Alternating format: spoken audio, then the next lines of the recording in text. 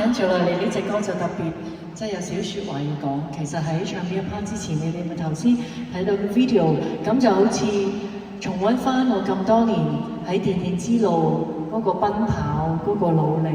咁提名咗10次之後，終於有機會攞咗人生第一個最佳女主角。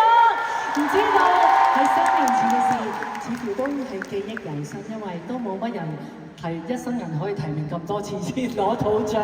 好彩我仲咁年輕，咁我真係好希望人生真係如果真係有機會再攞呢個獎，就真係好美好，不過發下夢啫。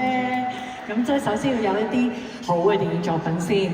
咁跟住落嚟呢隻歌咧就要記一紀念，記一紀念我攞最佳女主角嘅呢一部戲嘅主題曲。咁呢部戲叫做《流水落花》，咁我係做一個好喜歡寄養小朋友嘅媽媽。